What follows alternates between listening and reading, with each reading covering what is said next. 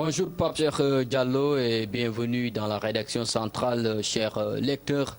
L'Observateur vous donne beaucoup d'informations à lire ce matin et avec à la une principale cette arrestation du secrétaire général de la Ligue des imams et prédicateurs de Kaolack. Ces connexions qui ont donc perdu l'imam Alioune Ndao. Alors, après l'arrestation de l'imam Ibrahim Sey de la mosquée du lycée Alpha Molo Baldé de Kolda pour apologie du terrorisme, un autre est tombé. Alioune Ndao, c'est le secrétaire général de la Ligue des imams et prédicateurs de Kaolack. Il a été arrêté hier par la section de recherche de la gendarmerie de Colobane avec l'appui du GIGN face à cette supposée menace terroriste qui plane sur le paysage sénégalais. Les forces de l'ordre chargées de lutter contre le terrorisme ont lâché sur le terrain leurs hommes pour stopper toute glissade au relent suspect. Et l'imam Alioune Ndao a été donc perdu par ses connexions avec son père de Kolda. Et l'Observateur parle également de l'installation des commissions techniques à l'Assemblée nationale et fait le récit d'une folle journée de pagaille à l'Assemblée nationale où Aïda Mbodj boxe le député Bougazeli. Donc le film est à lire dans l'Observateur.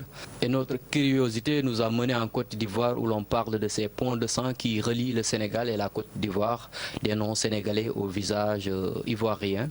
Entre le Sénégal et la Côte d'Ivoire, il existe une belle histoire qui surplombe les États et transcende un peu les préjugés, de fortes relations qui datent du siècle dernier, ciment d'un véritable pont humain qui relie ces deux pays. Notre envoyé spécial à Abidjan s'est donc amusé à faire un petit listing des autorités ivoiriennes aux noms qui sont vraiment sénégalais.